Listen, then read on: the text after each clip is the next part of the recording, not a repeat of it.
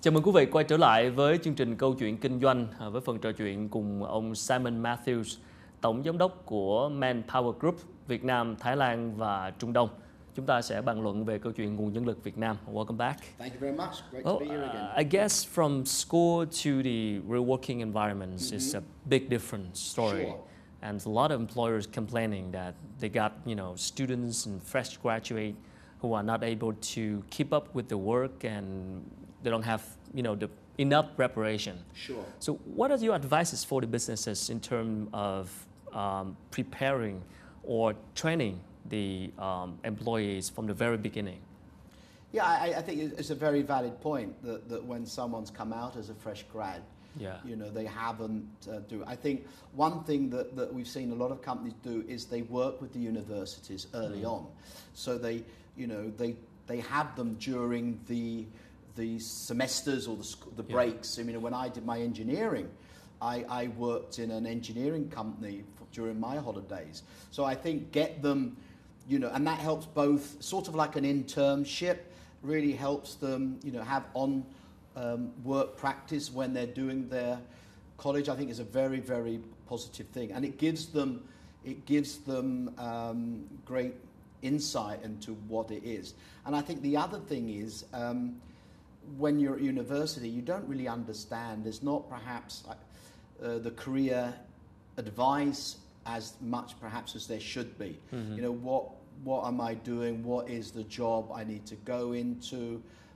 I think is perhaps not enough at the moment. I think both universities and the companies need to work on really having advice and career advice of what the job means, because I think if you get someone on board, the last thing you want is them to realise this is not what I expected. So when we bring new people in, we give them in-depth knowledge on what the job is actually about. So they're very, very clear, open eyes of what the job is, what their expectation, what their career is, what they can grow to. I think it is because I think career development is very, very important for people. They understand that as a fresh grad, they might have to join at the bottom of the ladder. Yeah. But what is the potential for me to go? And how can you help me get to my full potential? Sure. So for the fresh graduate, like you mentioned, sometimes we cannot expect them to have a lot of experience. Of course. So for the employers, when they look at a fresh graduate, what are you looking at? Because you want to find someone who are suitable with your company. Of course. With passion, vision. Sure. Experience is none, zero. Yeah, but of course. Right. It's what they call the competencies, the soft competencies. How do you find the perfect match? How you find the perfect match. Assessment tools are available.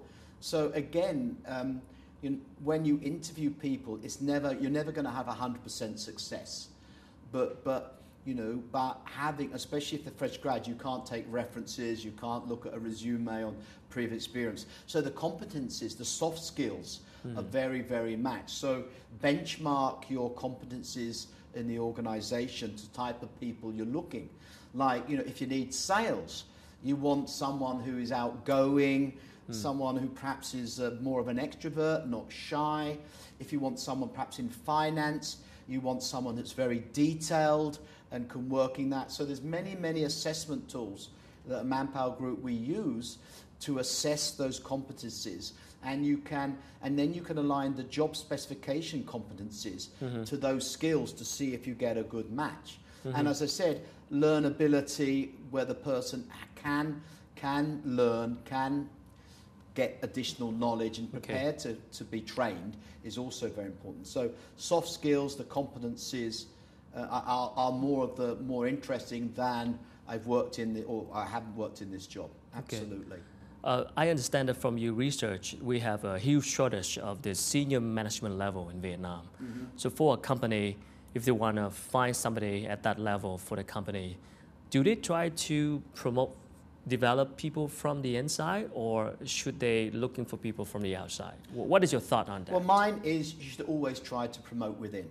Because then again, that adds to your employer branding, where you see, if you are at a certain level and all the senior positions are coming in from outside, it sort of maybe demotivates the workforce that You know, why should I try to develop work myself when I got so? And I think you're dealing with a known quantity. There's someone that's grown with the organisation. So, you know, in our organisation, we've had before KPIs, performance indicators, that 80% of promotion should be internal. You can't always get the person available. But even if that person's not ready, you should have succession planning. So when we do our succession planning, we have ready 1 to 3 years, 3 to 5 years, so we know, and then we put up a development plan to work with them so that they will be ready. Because, you know, it is very important, I think, to manage an organisation. When someone leaves or moves on or promoted, you should always have the next person ready to move in.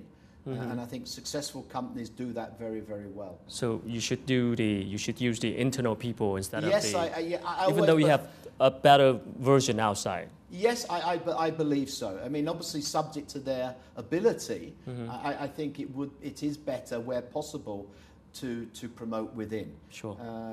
You know, we've got in our organisation, we've got sort of a receptionist now is country head.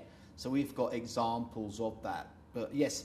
My belief is we should always promote within unless we can't find that person. But to do promote within, you've got to have the raw talent, you've got to develop and train them. And it's not, we operate what we call the 3 E's. So it's education. So that is about having the education and the qualifications. Yeah. Experience by doing the job, and exposure. I mean, can we give them a stretched assignment? Can we send them overseas if we're a multinational? Can we send them to another operation for a period of time to gain exposure? Yeah. So yes, you know, you can't just suddenly say, if you don't do anything, you can't suddenly say, well, I can't find anyone in. Okay. You've got to do it first. You've got to do it yourself. Yeah. You just mentioned the employee branding. Yes, sure. I guess that's very important for the company to do employee branding strategy. Absolutely. To attract good people. Absolutely. So what are some of the effective strategy for companies to do employee branding program? Well, I think really, as we talked about earlier again, is, you know, to get good, successful employee branding, it's not the employer talking about themselves or how good the company. So it's all advertising. It's not the advertising, you know, no disrespect, but a lot of people don't believe advertising, but people believe other people.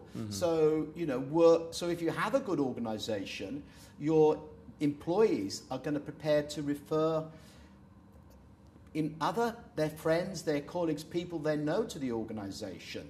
People will comment. You know, as you said, you have with social media now, within minutes it could be everywhere. If someone has a bad experience, whatever that is, whether it's food or restaurants or whatever, it goes on social media, and these can go viral.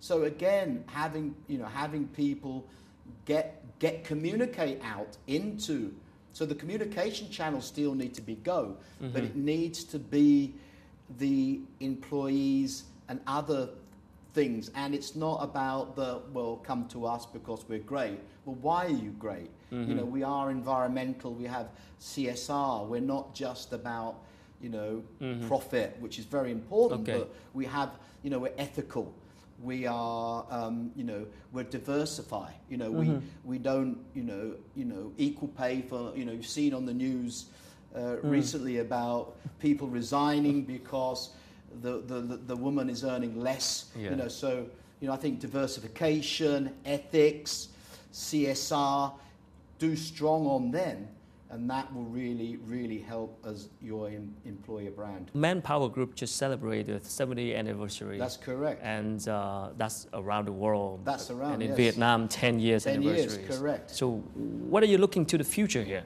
Well, I think two things. I think you should always come from, you're right, Manpower was founded in 1948 in Milwaukee, started from a law firm, just applying some secretaries to local learn forms, and now 17 years later, we're a workforce solution provider, Fortune 500 provider, and then in Vietnam, the last few years, we've seen rapid growth. in the organization. So I'm very excited about the next 10 years in Vietnam, and I think we've got the right people in our organization to grow that double-digit growth year on year. So very exciting time. So we need to align the growth of Manpower Thailand with the growth with the Vietnam economy. Absolutely. Congratulations. Thank you very so much. for sharing. Appreciate it. Thank you. Thank so you much. again. Thank you. Vừa rồi là những chia sẻ của ông Simon Matthews, là tổng giám đốc của Manpower Group Việt Nam, Thái Lan và Trung Đông, một công ty cung cấp những cái giải pháp về nhân sự.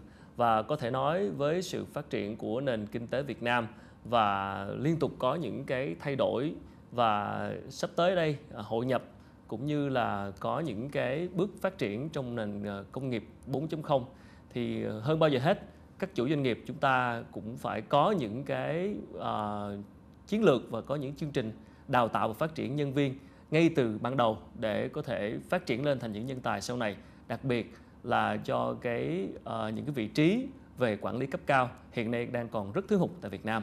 Chúng tôi xin cảm ơn quý vị đã theo dõi chương trình Câu chuyện kinh doanh và hẹn gặp lại quý vị trong những chương trình lần sau.